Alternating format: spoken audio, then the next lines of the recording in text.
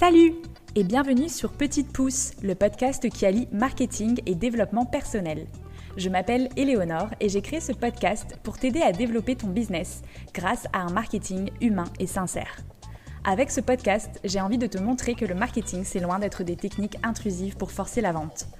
Je t'y partage ma vision du marketing et te donne les clés pour que tu puisses te créer une communication puissante et alignée avec toi et ton business.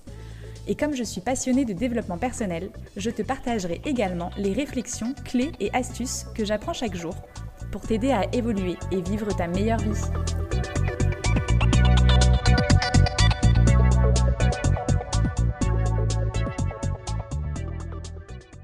Hello! Aujourd'hui un épisode un peu spécial, on va dire un épisode bonus. J'avais envie de vous partager l'interview que j'avais réalisée sur le podcast Tuba de Géraldine Févra.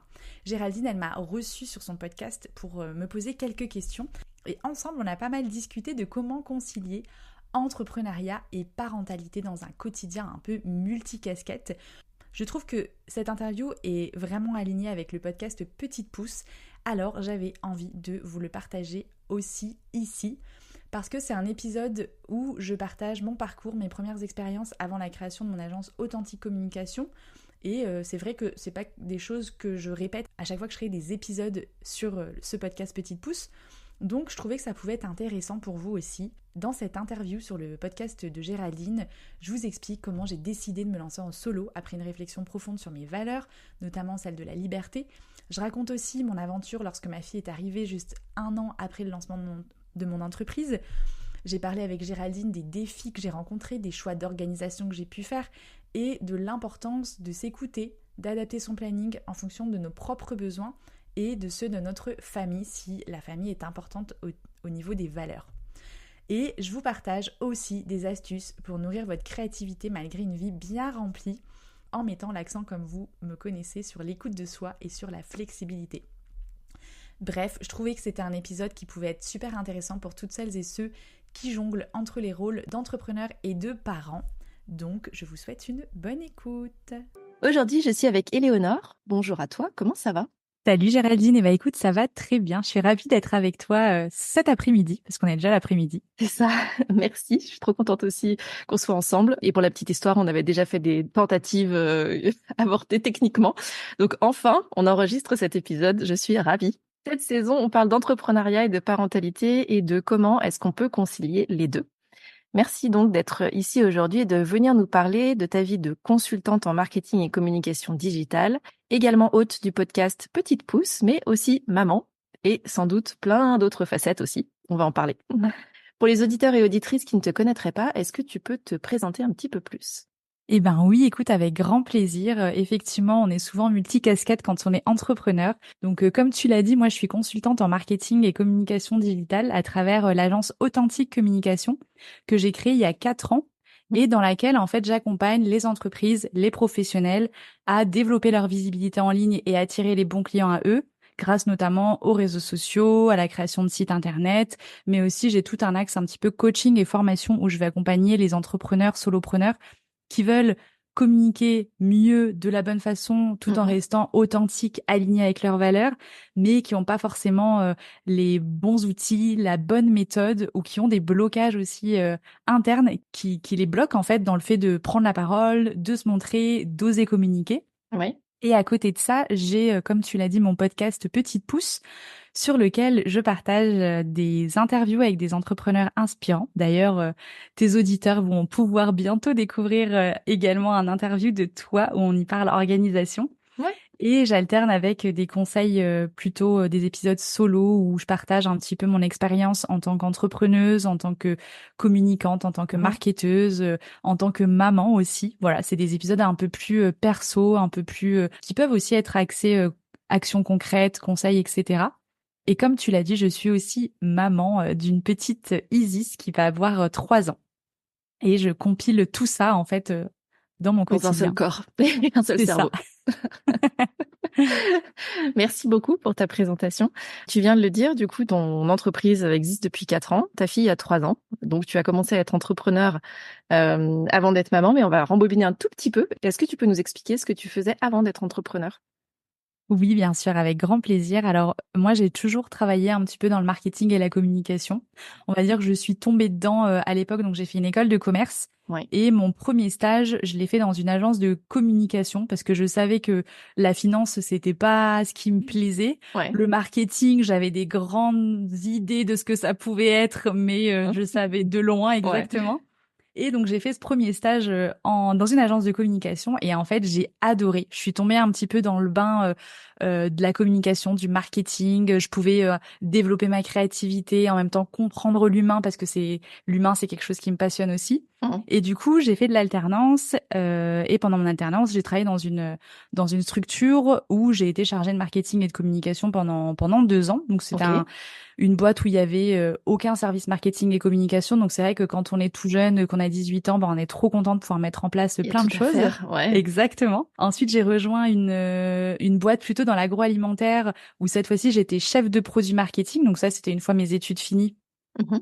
Où donc là j'ai travaillé, tu vois, pour une grande marque de boissons sucrées rouges. On voit à Donc peu près. voilà, on voit un petit peu avec cette fois-ci des énormes budgets marketing. Ouais. T'imagines bien quand c'est des grosses marques comme ça. Bon. Et du coup, c'était hyper sympa, mais en même temps, j'avais le côté un peu moins sympa, on va dire, du fait d'être dans une grosse structure où en fait tu dois rendre des comptes tout le temps, tu passes des heures à faire des reportings. Donc en fait, ma créativité, pour le coup, j'arrivais pas assez à la mettre en pratique. Ok. Donc j'ai quitté cette société pour rejoindre une autre société où cette fois-ci c'était dans le domaine de l'assurance. Donc Ouais. toujours au sein du service marketing et communication. Et là c'était une petite équipe, donc en fait je touchais vraiment à tout. Et je me suis éclatée pendant 3 ans.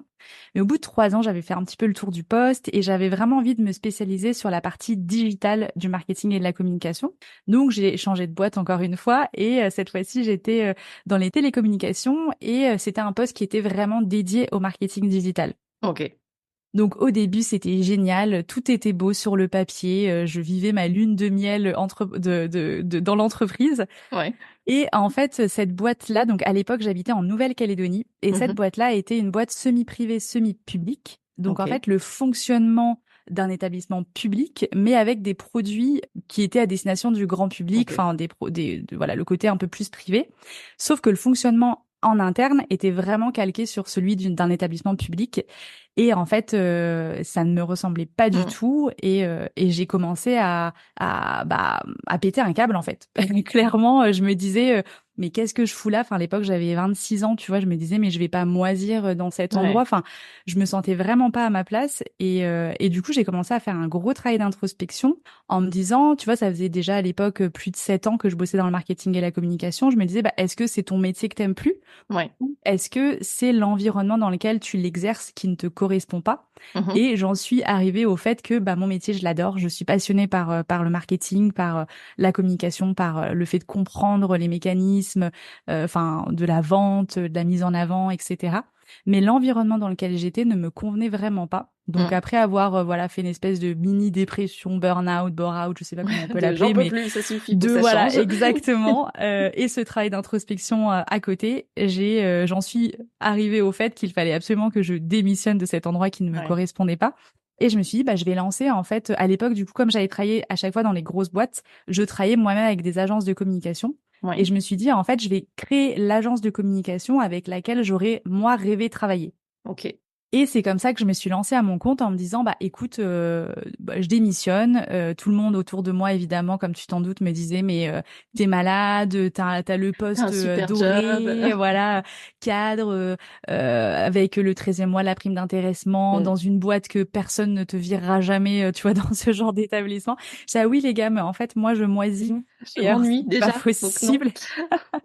Exactement. Et je me suis dit, donc, je me lance à mon compte et je me donne 6 mois pour en vivre. Si au Ok. bout de 6 mois, j'y arrive pas, et ben écoute, c'est pas grave, au moins j'aurais essayé. Et en fait, je pourrais toujours rebondir, trouver autre chose, etc. Mhm. Dès le premier mois, j'ai pu me payer. Et là, je me suis dit, OK, t'as trouvé Bon. ta place. Ça Ouais. y est, on est aligné, on est bon.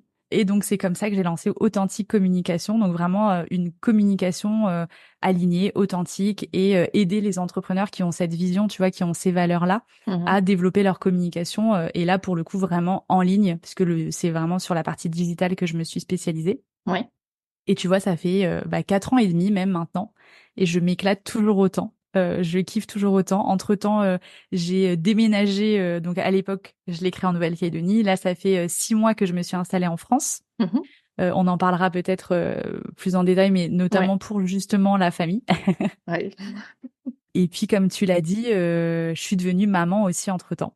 Merci beaucoup pour toutes ces explications et tout ton parcours. Je retiens plein de choses, mais il y a un truc qui m'a marqué, c'est t'as fait la différence en fait quand tu t'es rendu compte que ça allait pas et que t'allais pas pouvoir rester là. Et donc t'as dit que t'avais fait un travail d'introspection et que tu faisais la différence entre est-ce que c'est mon métier que j'aime pas ou est-ce que c'est le contexte et l'environnement dans lequel je le fais qui me plaisent plus.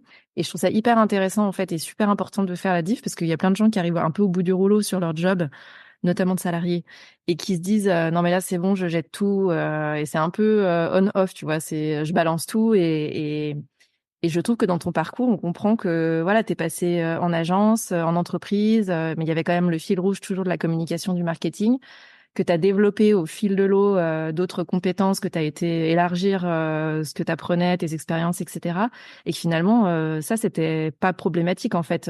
C'est toi, la communication, le marketing, c'est ce que t'aimes, mais qu'en effet, c'était juste plus le bon contexte pour toi. Et un contexte, ça change, et ça évolue, l'environnement, ça évolue aussi. Il y a des moments de la vie où ça convient et puis d'autres plus trop. Et je trouve ça hyper intéressant dans ce que tu viens d'expliquer, cette logique de bien dissocier les deux, en fait. De dire, est-ce que c'est mon métier qui me plaît pas? Parfois, il y a des choses qui nous plaisent dans notre métier qu'on peut garder et d'autres pas. Et puis, séparer, ouais, de l'environnement et du contexte, en fait. Bah carrément, c'est vrai que à l'époque, j'aurais pu tout jeter dans Mm. un même sac. En toute transparence, je pense que si j'ai vraiment approfondi ce sujet, c'est que je me disais au fond de moi, bah t'as toujours fait du marketing et de la com. Si c'est ton métier qui te plaît plus, bah en fait, Qu'est-ce qu'il faut c'est faire? la cata. Qu'est-ce que Ouais. je fais? En fait, je sais, enfin entre guillemets, Ouais. je sais rien faire d'autre. J'ai toujours Mm. travaillé là-dedans. Et heureusement, Dieu merci, C'était ça. c'était pas mon métier que j'aimais plus. Bon, après, j'avais plein d'autres idées de d'autres parcours que j'aurais pu faire et Ouais. d'autres métiers que j'aurais pu faire. Mais c'est vrai qu'à ce moment-là, en fait, je me disais, bah, c'est vrai que comme tu mets tout dans un même sac quand les choses ne vont pas bien, Ouais. je me disais, mais enfin, finalement, ça fait des années que je fais ce métier-là, j'ai toujours aimé. Pourquoi, en fait, là, je l'aime plus, ce métier? Mm. Et c'est là que je me suis dit, mais c'est pas le métier que j'aime plus. En fait, c'est Ouais. le contexte, c'est l'environnement, c'est la façon de manager, c'est les projets bloquants, c'est tu vois, c'est tout cet environnement autour qui est Ouais. lourd, qui me pèse et qui ne me ressemble pas. En fait, j'ai l'impression, Mm. tu sais, qu'on me forçait à rentrer dans une case Ouais. et en fait, je me sentais tout étriqué et puis c'était une case toute sombre avec des toiles d'araignée. Enfin, Mm. c'était T'as pas envie vraiment d'être, pas, en fait. Je non, veux pas vraiment rester pas là pour jusqu'à la moi. fin de ma carrière, merci. C'est ça. Et je pense que c'est vraiment comme tu le dis, cette vision où je me disais, tu vois, je voyais autour de moi des personnes qui étaient là depuis 20 ans, Mm. qui étaient pas épanouies, qui passaient leur temps à la cafette à se plaindre. Et je me disais, mais je veux pas être la Janine de la cafette qui Ouais. passe ses journées à dire du mal sur ses collègues et sur son chef, qui est complètement rabougrie parce qu'en fait, elle déteste ce qu'elle fait toute la journée et qu'elle a la boule au ventre quand elle arrive le matin. Enfin, j'avais pas envie d'être cette personne-là. Mm. Et je me suis dit, si déjà tu ressens ça alors que tu as 26 ans, mais si tu restes là-dedans, en fait, Ça quand va on être- aura 40, tu seras quoi, en fait? Tu seras pas du tout la personne que tu as envie d'être, finalement. Mm. Ouais, ouais, mais c'est ultra important. Et c'est vrai que souvent, tu as des gens qui sont sur des logiques ou des réflexions de reconversion, qui ont tendance à partir dans quelque chose qui est complètement différent et qui parfois reviennent un peu en disant, ah non, mais finalement, il y avait quand même un fil rouge, il y avait quand même quelque chose que je faisais avant et qui me plaisait. C'est pas, ouais, on-off, je passe de zéro à quelque chose de complètement différent, même si des fois ça arrive aussi. Mais je trouve ça intéressant de creuser aussi le fil rouge et parfois aussi de se faire accompagner, tu vois, de personnes extérieures, parce qu'on n'est pas toujours, quand on se pose des questions soi-même, on n'est pas toujours ultra, on n'a pas le recul nécessaire, on va dire, tout le temps sur soi, sur ce qui nous plaît pas et tout ça. Et donc, enfin, je trouve ça intéressant dans ton parcours, cette idée de bien dissocier les choses, en fait. Même au moment où ça va pas, de prendre le temps quand même et le recul, de séparer et parce que je pense que c'est du temps que tu gagnes sur l'après, en fait. Et c'est ce que tu disais, dès le premier mois, tu te payes. Aussi parce que je pense que tu étais très au clair et pour le coup très aligné, très authentique dans ta réflexion. C'est pas un hasard, mais dans ce qui te plaisait, ce qui te plaisait pas et la manière dont tu voulais le faire, en fait. Ouais, carrément. Et j'ai passé des mois et des mois à justement à me poser les questions de Ouais. c'est quoi mes valeurs, c'est quoi tu vois, je commençais à travailler mes offres de services que j'allais proposer avant même d'avoir Mm. quitté mon job. Donc en fait, j'avais posé, tu vois, ma démission.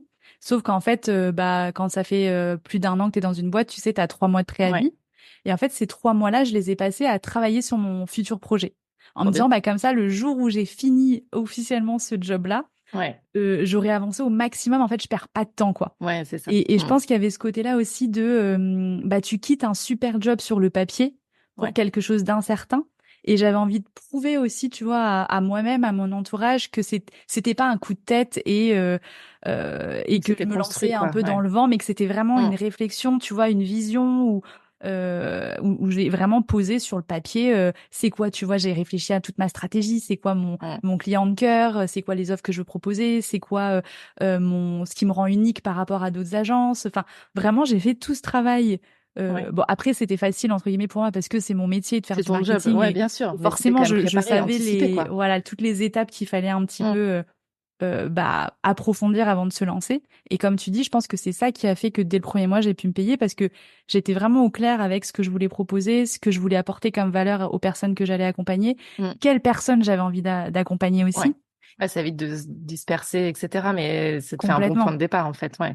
Et ça s'est affiné au fur et à mesure. Et tu l'as dit tout à l'heure, il faut se faire accompagner parfois. Moi, je me suis fait accompagner à ce moment-là. Ouais. Ok. Et ça a été hyper utile. Ça m'a énormément aidé à creuser des questions sur des choses que tu veux pas forcément voir, C'est ça. ou ça te pousse aussi, tu sais, comme tu as quelqu'un à qui tu dois rendre des comptes, entre guillemets, à mettre en place les actions, pas procrastiner, etc. Mm. Donc, je me suis fait accompagner par une coach business à ce moment-là. Ouais. Et je conseille, enfin vraiment à toutes les personnes qui se lancent, qui ont des peurs, qui ont un manque de confiance, etc. Franchement, faites-vous accompagner, ça change la vie. Ouais. Ça change la vie, ça fait gagner du temps. Alors effectivement, c'est un investissement au départ, mais enfin, tu l'as dit, tu t'es payé dès le premier mois, et sachant qu'en plus, ton objectif de, en gros, j'essaye 6 mois et je vois 6 mois, c'est hyper court en fait dans un chemin entrepreneurial. Donc l'enjeu était quand même important pour dire bon bah c'est maintenant en fait quoi. Ouais, carrément. Mais tu vois, j'ai toujours eu cette envie d'aller vite, entre guillemets. Mm. Et du coup, pour moi, 6 mois, déjà, c'était trop long. Si je me payais pas au bout de 6 mois, je me disais, mais meuf, hein, c'est que ton truc, il est pas réussi, quoi, tu vois. Alors après, évidemment, ça dépend des projets. Il y a des projets Ouais. où 6 mois, c'est beaucoup trop court. Mais moi, j'étais sur de la prestation de service. Donc, Mm. en soi, tu vois, j'ai pas de gros investissements.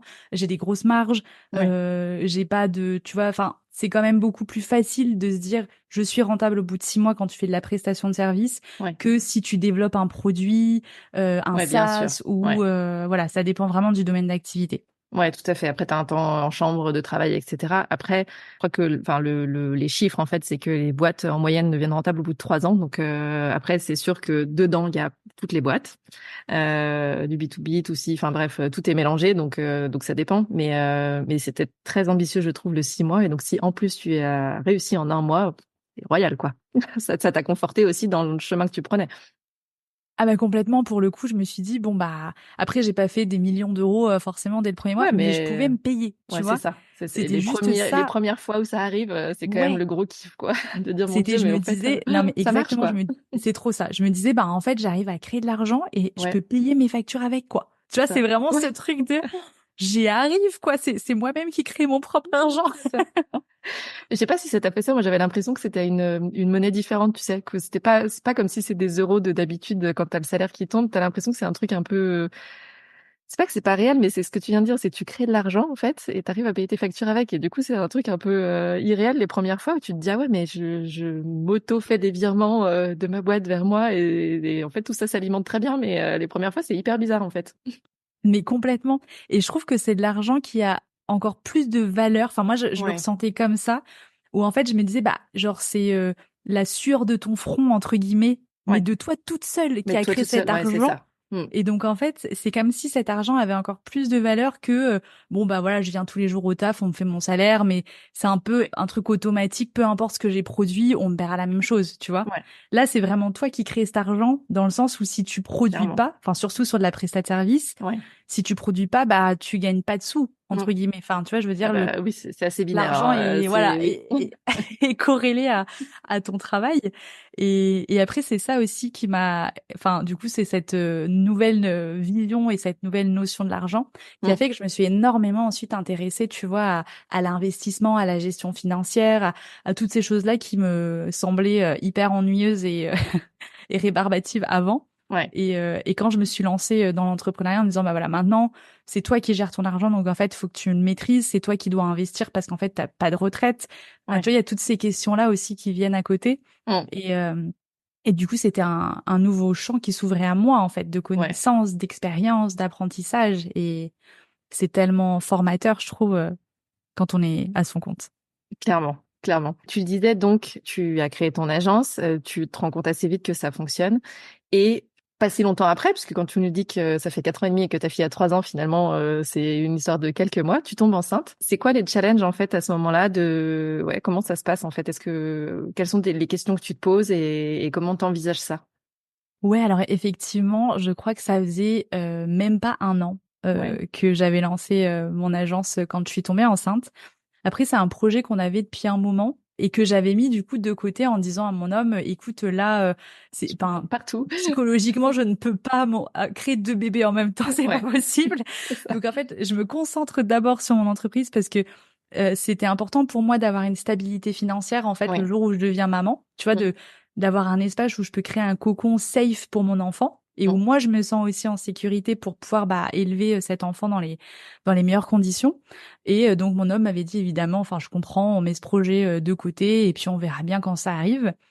Et du coup, c'est arrivé au bout d'un an. Donc heureusement à ce moment-là, comme je te l'avais dit, mon entreprise fonctionnait très bien. Ouais. Tu vois, ça faisait un an où je me rendais compte que tous les mois, j'arrivais à monter un petit peu plus, tu vois, et à Mm. générer le chiffre d'affaires qui moi me convenait très bien pour pouvoir me payer mes charges, pouvoir investir un petit peu, etc. Et à ce moment-là, quand je tombe enceinte, j'ai pas du tout conscience de ce qu'engendre l'arrivée d'un enfant dans ta vie. C'est normal, on ne sait pas. Voilà. Ah bon? Vraiment. En plus, j'ai une grossesse géniale. Enfin, tu vois, j'ai pas de vomissement. Je me sens super bien. Je fais du sport jusqu'à la fin. Enfin, la Facile. grossesse parfait, facile, pas de contraction, enfin, vraiment super. Donc, je me rends encore moins compte, je pense, que Il va y avoir ça un va vraiment changement. changement, Oui, c'est ça va ça. vraiment changer dans ma vie. Et en fait, à la base, donc je pense que les 6 premiers mois, je me dis bon le jour où mon bébé il arrive, moi je continue de bosser. De toute façon, un bébé quand il est petit, ça mange, ça dort, et puis j'aurai carrément le temps de continuer à bosser sur mon activité, etc. Mhm. Et puis les mois passés et que j'en discutais autour de moi avec des mamans, des copines, etc. Tout le monde m'a un peu ouvert les yeux en mode mais tu rêves en fait et tu penses travailler quand tu viendras d'accoucher.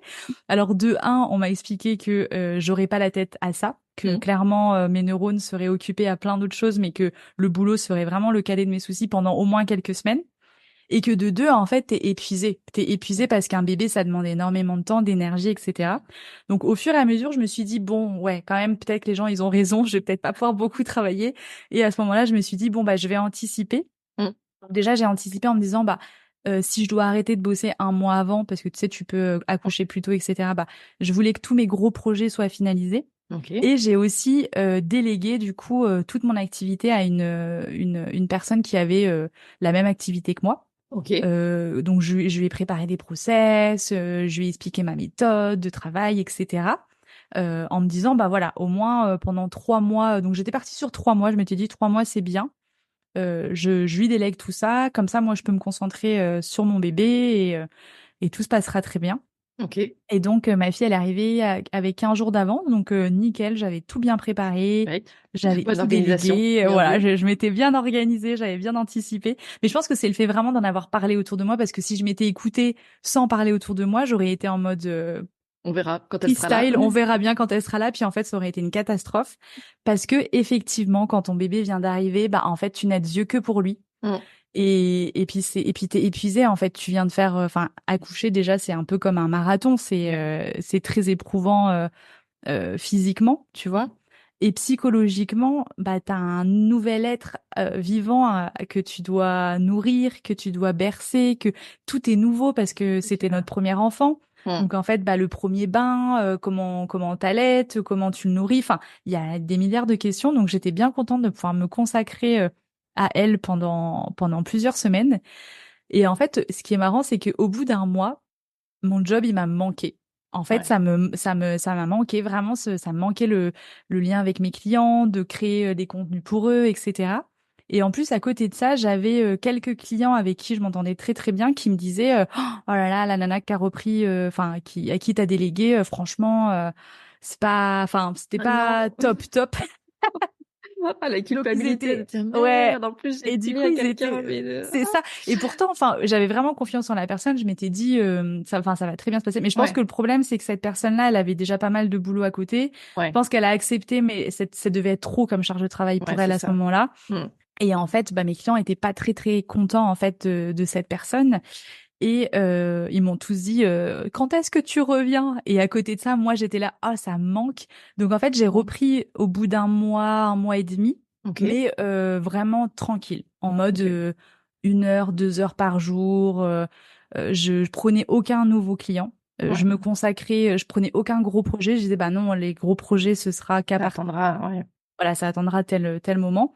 Mais par contre, je continuais, tu vois, j'avais pas mal de contrats en community management, donc création de contenu, etc. Mhm. Tout ça, je les ai repris. Donc, ça, c'était pas, enfin voilà, j'arrivais à le gérer en fait en 1 heure, 2 heures par jour. Ouais, Et du coup, au bout d'un mois et demi, c'était bien parce que j'avais besoin de retrouver en fait moi, j'ai besoin de stimulation intellectuelle. ouais. Et un bébé, c'est pas très stimulant Oui, au départ, c'est intellectuellement. pas là Voilà, que la quand, stimulation intellectuelle est à son non, paroxysme, on c'est va ça. dire, c'est pas, voilà. Exactement. Et donc, ça me manquait beaucoup, surtout qu'on était confinés à ce moment-là. Ouais. Et donc, en fait, je n'avais aucun. Donc, c'était génial parce qu'on était vraiment dans notre cocon avec mon homme, mon bébé. Enfin, voilà, on était Mm. tous les trois dans notre cocon avec personne d'autre qui pouvait intervenir dans ce cocon qu'on avait créé. Mais au bout d'un mois et demi, bon, bah, ça commence à te manquer quand même un petit peu. Mm. Et du coup, j'étais contente de pouvoir reprendre. Donc, j'ai repris vraiment petit à petit. Et en fait, quand ma fille est arrivée, j'ai vraiment eu cette prise de conscience de, ben, en fait, si je me suis mise à mon compte, c'est pour avoir la liberté d'organiser mon temps comme je le veux. Mhm. Et je me suis dit à ce moment-là, bah, peut-être que tu n'auras pas d'autres enfants, peut-être que tu vivras plus jamais ces moments-là avec un autre enfant. Donc, en fait, j'avais envie d'en profiter à 100%. Et du coup, je me suis dit, bah, en fait, je vais la garder avec moi jusqu'à ses 6 mois. Ok. Donc, c'est ce que j'ai fait. Je l'ai gardée 100% avec moi jusqu'à ses 6 mois. Donc, après, au début, effectivement, un bébé, ça dort. Donc, on va dire que je devais bosser à mi-temps. Tu vois, je prenais Ouais. pas forcément de nouveaux clients, Ouais, mais ça a été graduel où quelques tu disais t'es projets. 1, 2 heures par jour et puis petit à petit, Exactement. et t'arrivais à C'est, jauger ouais, en fonction, quoi. c'est exactement ça. Je Ouais. commençais, voilà, 1, 2 heures par jour. Et puis après, quand elle a grandi un petit peu et qu'elle faisait des plus grosses siestes, bah, je pouvais faire 3, 4 heures par jour. Ouais. Donc, tu vois, j'ai monté comme ça petit à petit. Au bout de 6 mois, j'avais besoin de retrouver du temps pour moi, de Mm. pas être, d'avoir tout le temps cette charge mentale de, il y a ton bébé qui dort, mais il est quand même là à côté. Enfin, tu vois, Ouais. t'es pas complètement détaché. Mm. Et du coup, je l'ai mise à mi-temps à la crèche. Ok. Donc, en fait, j'avais la moitié du temps vraiment où je pouvais bosser sur mes projets, etc. Et l'après-midi, je la gardais avec moi, mais comme elle faisait encore la sieste beaucoup, finalement, je faisais quasiment des journées complètes de travail, Ouais. parce que du coup, je travaillais quand elle dormait. Bah, c'est ça Et au donc, en fait, final, ouais. c'était, ouais, c'est vraiment top. Et j'ai fait ça jusqu'à ses 2 ans. Ok. Jusqu'à ses 2 ans, je l'ai mise à mi-temps. Donc, je la gardais, tu vois, je sais plus si je la gardais le matin ou l'après-midi. Enfin, bref. En tout cas, je la gardais à mi-temps et j'arrivais très bien à gérer mon activité. Et en fait, je me suis même rendu compte que finalement, j'étais beaucoup plus productive qu'avant. Mm. Parce que comme je savais que mon temps était limité, Ouais. je me consacrais aux tâches les plus importantes et aux priorités, les choses qui avaient le plus de valeur pour mes clients. Ouais. Et j'avais tendance à être très perfectionniste avant. Et en fait, je me suis vraiment détachée de ce perfectionnisme grâce à l'arrivée de ma fille. Ouais. Parce qu'en fait, avec son arrivée, je me suis rendu compte que je peux plus perdre de temps à faire des choses qui n'apportent rien à mon Ouais. client. C'est ça. Ou ouais, c'est ça, où toi ça te fait plaisir, mais où lui voit pas forcément la diff non plus, quoi. Donc C'est ouais. exactement ça. Mm. Et je me suis dit, bah, ok, maintenant tu te concentres sur les 90% les plus importants, les Mm. 90% qui ont le plus de valeur pour ton client. Mm. Et les 10% qui restent, en fait, bah, on met de La côté, quoi. fioriture, ça dégage, quoi. Exactement. Mm. Et je sais pas comment j'ai réussi, en fait. Enfin, tu vois, avec le recul, je me dis, avant d'avoir mon enfant, je pense que je restais derrière l'ordi parce que on dit je bossais, mais bon, des fois, tu t'es derrière Ouais. ton ordi, t'es pas forcément productif. Mm. Et je bossais, bah, je pense, 8, 9 heures par jour. Mm. Aujourd'hui, en 6 heures, 5 heures, des fois, je fais la même chose. Ouais. Et je me dis, bon, après, effectivement, il y a l'expérience aussi qui fait que tu deviens meilleur dans ce que tu fais, que tu mets en place des process, des méthodes qui Mm. font que tu vas plus vite. Mais pour le coup, je me suis rendu compte que je faisais quasiment autant de travail qu'avant, même voire plus parfois, Mm. en travaillant moins de temps. Et là, je me suis dit, mais waouh, Le c'est hack pour les génial, en enfants. fait, ouais. C'est ça. Exactement. Ça t'aide à prioriser, à te concentrer sur l'essentiel. Mm. Et arrivé à ces 2 ans, là, je me suis rendu compte que mi-temps, ça devenait compliqué. J'avais besoin de retrouver encore un peu plus de temps pour Mm. moi, pour se retrouver aussi en tant que femme, tu sais, Ouais. parce qu'il y a, ok, il y a ton business, mais il y a aussi toi en tant que femme hors maman, en fait, Ouais. qui a des passions, qui a besoin de faire du sport, qui a besoin de voir ses copines, enfin voilà, toute cet aspect-là qu'on a tendance à mettre un petit peu de côté au début quand on a un enfant. Mhm. Et du coup, à ces 2 ans, je l'ai mise un petit peu plus à la crèche. Donc, je crois que je la gardais 2 demi-journées par Ok. semaine, tu vois. Et le reste du temps, elle allait à la crèche. Et ça, bah là, du coup, jusqu'à maintenant, c'était comme ça. Donc là, après, elle va rentrer à l'école. Donc, on va Nouveau rythme. retrouver un rythme encore nouveau. Ouais. Mais c'est ça qui est enrichissant, je trouve, c'est de pouvoir adapter, tu vois, ton Ouais. organisation de travail autour de ta vie Mm. plutôt que l'inverse. Ouais, clairement. Et, et ça, c'est vraiment ce que te permet l'entrepreneuriat. Et je me dis, si j'avais été salariée, en fait, jamais j'aurais pu faire ça. Mm. Parce que de un, bah, si j'avais dû me mettre à mi-temps, bah, j'aurais gagné 2 fois moins. Alors que là, en fait, j'arrivais à travailler 2 fois moins, Mm. mais gagner la même chose. Ce qui est dingue. Ce qui est Retour dingue quand on à y perdre de l'argent, pense. comme on disait tout à l'heure. Mais c'est ça, en Exactement. fait. Et ce que je trouve intéressant dans ce que tu dis, c'est le côté graduel, en fait, et l'adaptation, et pour toi et pour elle, au fil de l'eau. Tu vois, les 2 ans, enfin, c'est toi, quelque part, qui a choisi le timing. Et qui a décidé en fait de comment t'adapter ça au fil de l'eau. Et en effet, aujourd'hui, le salariat en France permet pas de, ou alors c'est considéré qu'en effet, t'as une énorme perte de revenus.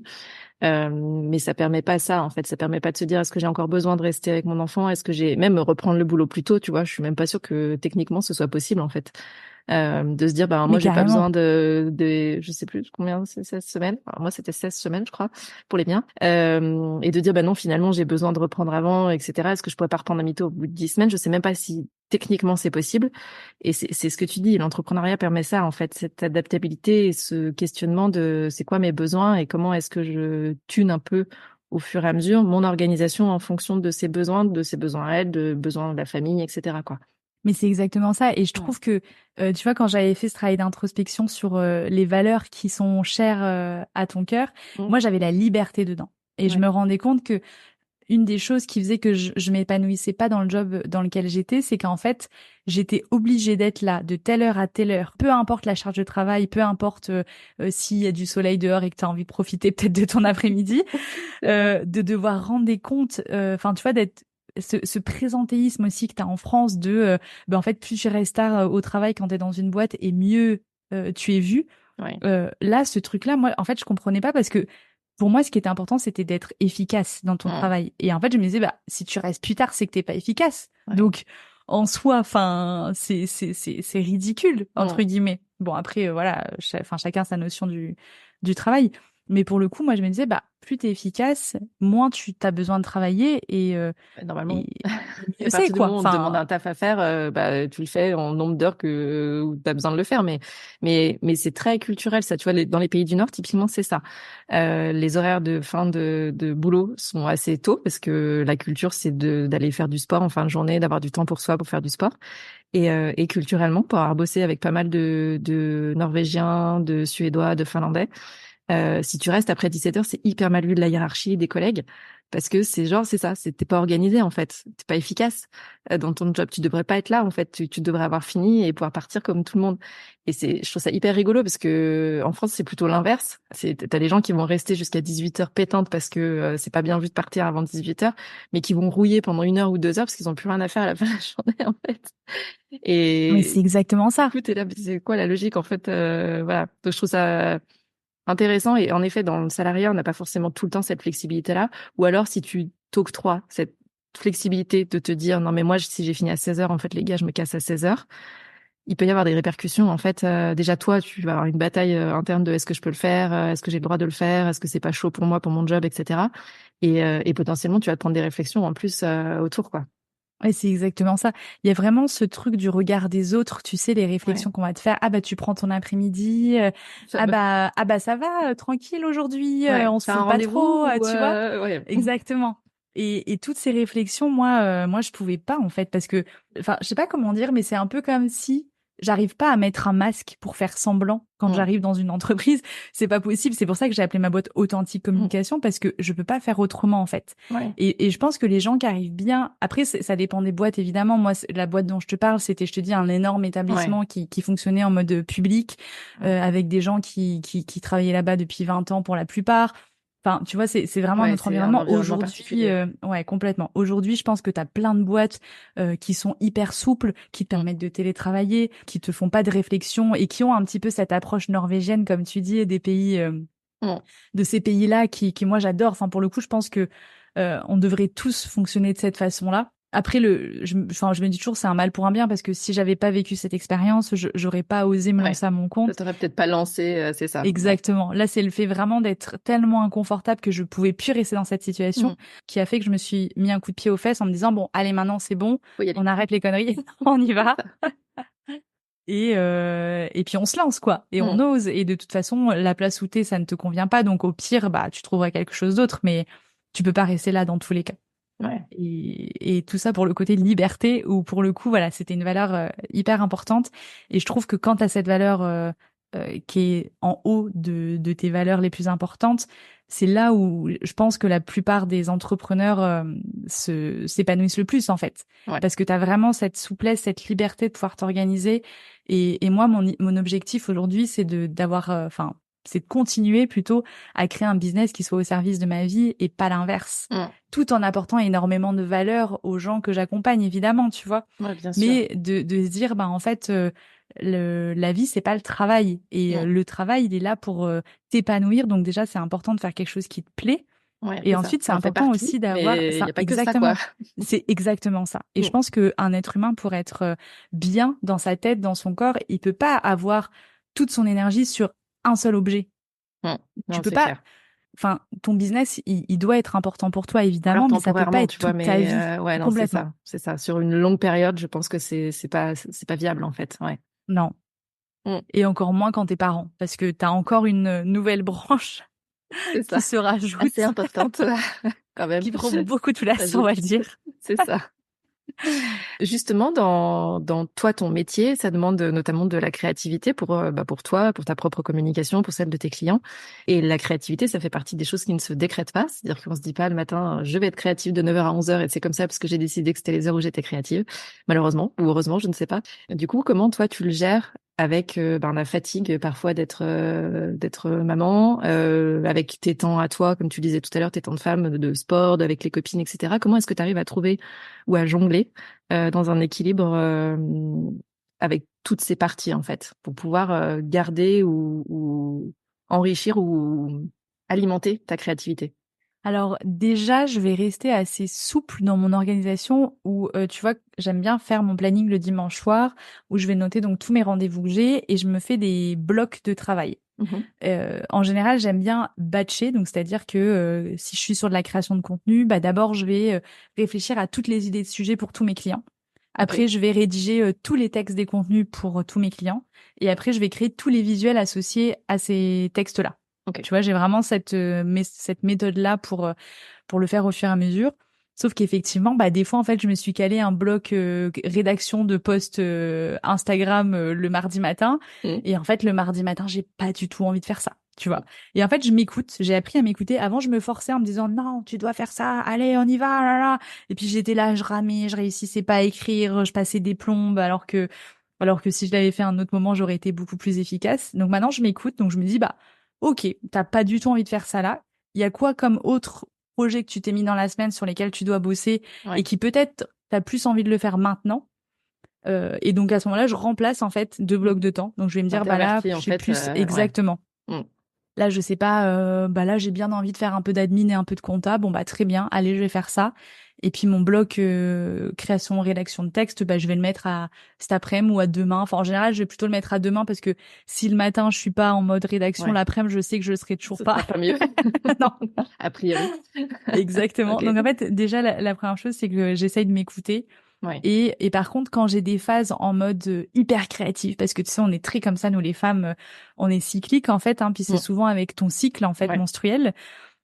Et les moments où j'ai énormément d'idées, de créativité, que j'ai envie de créer plein de choses, etc., bah là, je vais décaler les blocs compta admin Ok. à plus tard Ouais. en me disant, bah non, là, t'es hyper créative, vas-y, on Profite-en, quoi. envoie, Ouais. on en Mm. profite, on fait un maximum de contenus qui sont en mode créatif. Et du coup, je décale, tu vois, d'autres blocs Ouais. à d'autres moments. Donc voilà, c'est vraiment une question d'écoute, de soi, et puis de rester souple en fait dans son organisation, de pas être trop buté à te dire non non non c'est aujourd'hui qu'il fallait que je fasse ça. En vrai bon bah il y a pas mort d'homme si tu le fais demain ou après-demain, tu vois tant que Ouais. tu tiens les deadlines avec tes clients. Mm. Et ensuite le fait aussi tu vas en parler de nourrir toutes ces facettes. Le Ouais. fait moi de nourrir du coup ma facette de femme, donc de d'avoir des loisirs à côté qui me plaisent. Tu vois tous les matins je commence ma journée par 15-20 minutes d'exercice, donc ça peut être un peu de yoga, un peu de pilates. Je vais marcher aussi un quart d'heure, donc ça c'est bien parce que comme je dépose ma fille chez la nounou à pied, donc Trop bien. j'ai mes Quart d'heure 20-30 de minutes de marche, marche, quoi qu'il voilà. arrive. Nickel. Exactement. Même du coup, aller-retour, ça fait une demi-heure. Donc, Ouais. je vais marcher 30 minutes. Après, je fais mon petit sport pendant 15-20 minutes. Après, ça dépend des jours, mais de temps en temps, je vais prendre le temps de faire un peu de journaling ou de faire une petite méditation. Ok. Tu vois, de vraiment de prendre soin, en fait, de mon corps et de mon mental. Ouais. Sans être tout de suite, ça y est, bon, faut que je démarre ma journée, c'est maintenant, Non, j'y voilà, vais, c'est quoi. exactement ça. Ouais. Je commence ma journée par un temps pour moi, en fait. Ouais. Mm. Et ça, je me suis rendu compte que si je le faisais pas le matin, je le prends jamais ce temps. Non, mais c'est ça, en fait. Ouais, c'est exactement ça. C'est la loi du truc de si tu le places pas tout de suite, en fait, ce qui est important, après, il y aura pas la place pour, tu vois, c'est comme quand on dit, ah, j'arrive pas à poser des vacances. Bah ouais, mais en fait, si tu laisses ton agenda quelque part se remplir avec tes clients, ce dont tu as besoin pour ta boîte, etc., bah, quand tu regardes ton agenda, non, il y a plus de place pour les vacances, je te confirme. Et alors que ça fonctionne plutôt en sens inverse de dire comment est-ce que tu places ces blocs-là et toi, ton temps le matin. Et après, bah, le reste de la journée, tu le vois en fonction. Mais ce temps-là, il existe quoi qu'il arrive, quoi. Exactement. Et après, bon bah effectivement, il y a des jours où j'ai trop de charge mentale et j'ai envie de bosser tout de suite. Bah c'est pas grave, tu vois. Mm. Je m'autorise aussi à avoir des jours où en fait je vais pas prendre ce temps et c'est pas grave, je le Ouais. prendrai demain. Ou du coup peut-être que le soir je prendrai un moment avec une amie ou du coup ça va me recharger, etc. Mm. Et ces temps-là du coup qui sont dédiés vraiment, c'est du me time quoi, hein, vraiment que Ouais. du temps pour moi. Ça vient me nourrir aussi ma créativité. Ok. Tu vois, et il y a d'autres petits tips que je mets en place, c'est par exemple, dès que j'ai une idée, je vais la noter. Ouais. Parce que je sais qu'elle va pas revenir derrière, tu vois. Mm. Donc c'est aussi de mettre en place un peu dès que tu as des idées, de les noter, parce que ça peut être sous la douche, ça peut être pendant que tu vas te balader, ça peut être quand tu es dans ta voiture. Et donc je vais noter des idées. Mm. Et puis vraiment le fait de prendre du temps pour moi, c'est ça qui pour le coup m'aide à maintenir un niveau d'énergie qui est quand même assez stable, je trouve, et d'avoir de nourrir cette créativité tout en écoutant après aussi les moments où j'ai pas du tout de jus, Ouais. je force pas, tu vois, je Mm. m'écoute. Si j'ai envie d'aller me promener, je vais me promener. Tu vois là, ces derniers temps, c'est l'été, il fait super beau. Et ben il y a des après-midi, j'ai pas envie de travailler parce qu'il fait trop chaud, j'arrive pas à me concentrer. Et Ouais. ben c'est pas grave, on profite, on va à la plage. Et je sais que soit ce soir, non en général le soir j'arrive pas à travailler, mais disons soit demain ou soit ce week-end, peut-être que je bosserai plus Mm. et que je récupérerai du temps et d'être moins en fait linéaire, tu vois, dans ta charge de travail et t'autoriser à avoir des moments où tu travailles plus et Mm. des moments où tu travailles moins. Ouais, je trouve ça hyper intéressant. Tu vois, tu parles d'écoute, de souplesse et tu parlais de deadline aussi. Parfois, on a tendance à proposer des deadlines hyper courts parce qu'on se dit ça veut dire que je suis hyper réactive et tout, c'est hyper bien. Enfin, on se met un niveau de pression aussi là-dessus. Et des fois, juste se décaler un peu et laisser un tout petit peu plus de mou. Le client voit pas forcément la différence, tu vois, de quelques jours en plus, mais toi, ça te laisse cette flexibilité de pouvoir déplacer si t'es pas créative au moment où, ou si enfant malade, ou si grève de cantine, que peut-être tu vas bientôt connaître, je ne te le souhaite pas. Peut-être. Enfin, tu vois, en fait, c'est ça. Et des fois, on se dit non, mais le client, je peux pas lui dire que ce sera rendu une semaine plus tard, ou quand on fait les devis dès le départ, voire même en cours de route, parce que un client, il peut absolument tout comprendre à partir du moment où on lui explique et on lui explique pourquoi il y a telle ou telle chose. Et je pense que ça fait aussi partie des valeurs, tu vois, et de la réflexion de quand on réfléchit à un business, de comment, avec qui je veux travailler, quelle typologie de clients, est-ce que mes clients comprendraient des situations particulières, notamment personnelles, qui font que je dois décaler ou pas. Moi, ça fait partie typiquement des choses qui sont importantes pour moi. Et si je sens qu'un client est un peu red flag sur le sujet, je préfère pas y aller plutôt que de me mettre dans des situations où ça va être trop pressurisant, tu vois. Et donc, je trouve ça intéressant dans ce que tu dis parce qu'il y a à la fois ta propre notice et il y a aussi l'adaptation en fonction des autres, bien sûr, de tes clients, mais aussi des enfants, de ta famille, de toi, etc. Donc, je trouve ça intéressant ces différents niveaux et le fait de se dire qu'en effet, c'est aussi la liberté que tu étais venu chercher. Donc, la liberté, c'est aussi la liberté de se laisser la liberté de pouvoir bouger les choses et les blocs-temps. Et en se disant, non, mais en fait, aujourd'hui, je vais mettre 4 heures à faire un truc, demain, je mettrai 30 minutes à faire parce que demain, je serai dans le bon mood. Donc, je vais pas pinailler dessus pendant 4 heures aujourd'hui, ça sert à rien. Je fais autre chose à la place et demain, je le ferai en une demi-heure, en fait. Exactement. Franchement, c'est exactement ça. Après, franchement, ça n'a pas toujours été le cas. Avant, au début, quand je me suis lancée, j'étais en mode je poussais, je forçais pour tout faire rentrer. Je voulais absolument respecter les deadlines, exactement ce que tu as dit. Et au fur et à mesure, je me suis rendu compte, déjà que, comme tu l'as dit, au lieu de mettre 4 heures, si je m'écoute, j'en mets 30 minutes le lendemain. Donc, en fait, autant que je passe 4 heures à faire autre chose. Enfin, tu vois, voilà, vraiment, c'est ridicule de se forcer. Ouais. Et l'autre point, c'était sur les deadlines où moi, c'était vraiment quelque chose qui était hyper important pour moi. Tu vois, si j'ai dit à mon client, je t'envoie le truc le lundi, il faut que le lundi matin ce soit envoyé et tout ça. Ouais. Et une fois, j'ai vraiment pas pu. Et j'ai expliqué à mon client, voilà, je suis désolée, je t'avais dit que je t'enverrais lundi, mais en fait, ce sera pas possible, je te l'enverrai mercredi. Et là, le client m'a dit, aucun souci. Et ça m'a vraiment débloqué un truc dans mon cerveau en mode, bah oui, il y a pas de souci en fait. Tu vois, je veux dire, il y a pas mort d'homme encore une fois. Enfin, tout dépend du métier que tu fais, mais moi, je fais de la création de contenu et la création de sites web. Donc autant te dire que si le post il sort le vendredi au lieu du lundi, personne ne va en mourir. Non, c'est ça. Et personne ne va te contacter. Tu vois, j'ai souvent ça avec des clients sur mais ma newsletter est pas partie dans les temps, etc. Ok, est-ce que tu as quelqu'un qui t'a écrit en te disant ta newsletter doit sortir le mardi à 7h, il se trouve que nous sommes mercredi, je n'ai toujours pas la newsletter, est-ce que c'est normal? Non, tu vois, à un moment, non. Voilà. C'est exactement ça. Et ça, c'est vraiment un exercice de lâcher prise qui se fait au fur et à mesure, hein, parce que franchement, à mes débuts, j'étais loin de lâcher prise comme ça. Mais c'est ça qui est hyper formateur aussi quand tu es à ton compte, c'est que je trouve que tu évolues à une vitesse incroyable et que tu apprends tout le temps en fait. Ouais. Tu apprends tout le temps et tu mets en pratique. Et là, tout ce que je t'ai dit là, c'est ce que je mets aujourd'hui en pratique parce que plein de fois avant, je me suis croûtée à me dire il faut que tu le fasses. Et en fait, j'étais là, non, j'ai pas réussi et j'ai perdu du temps et ou alors à pas prendre soin justement, tu vois, de garder ces temps pour moi et me retrouver épuisée du coup au bout d'un moment. Alors que finalement, quand tu prends soin de toi un peu tous les jours, t'as pas besoin de vacances. Enfin, moi, je ressens pas le besoin de partir un mois en vacances en fait. Non, tu t'as pas la jauge complètement à plat. Non, tu parce vois, que tous les jours, je vais prendre un peu de temps en fait. Je sais que tu vois, après 17h par exemple, je vais récupérer ma fille chez la nounou. Je ne travaille plus après. Parce que de 17h à 20h, c'est du temps pour elle, où on va profiter toutes les deux, on va faire plein de choses, et puis t'as le repas, le coucher, le machin. Et le 20h, 23h, c'est pour mon homme, en fait. Donc, sauf cas exceptionnel, évidemment, urgence importante, absolue, je ne travaille pas le soir, parce que c'est mon moment à moi, tu vois. C'est ultra important. Ouais, c'est ça, et c'est la liberté que t'offre le fait d'être à ton compte, et autant l'utiliser, cette liberté, tu vois. Exactement. Merci. On va rester là-dessus. On arrive déjà à la fin de cet épisode.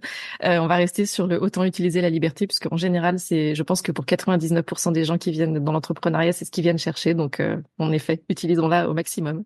Toi qui nous écoutes, tu peux retrouver tous les liens pour joindre Éléonore sous la description de cet épisode. Si tu as aimé l'épisode d'aujourd'hui et que tu penses que ça peut aider ou inspirer quelqu'un, n'hésite surtout pas à le partager, que ce soit en story, sur LinkedIn, au prochain apéro avec tes voisins. Cette saison, on est en plein été au moment où on enregistre, donc n'hésite pas. Merci beaucoup, Éléonore, d'être venue me parler de ton parcours et de comment est-ce que tu gères parentalité et entrepreneuriat dans Tuba. Un grand merci à toi, Géraldine. C'était un plaisir cet échange et ravie d'avoir pu enregistrer avec toi. Merci. À bientôt. À bientôt. Merci pour ton écoute. Tu as aimé cet épisode ? Si tu veux promouvoir Tuba, la meilleure façon de le faire, c'est de laisser un avis 5 étoiles sur ta plateforme d'écoute préférée. Tu peux t'abonner pour ne pas rater les prochains épisodes et partager celui-ci avec d'autres entrepreneurs à qui il pourrait être utile. Si tu veux me faire un retour direct, retrouve les liens pour me contacter en description de l'épisode. On se retrouve la semaine prochaine.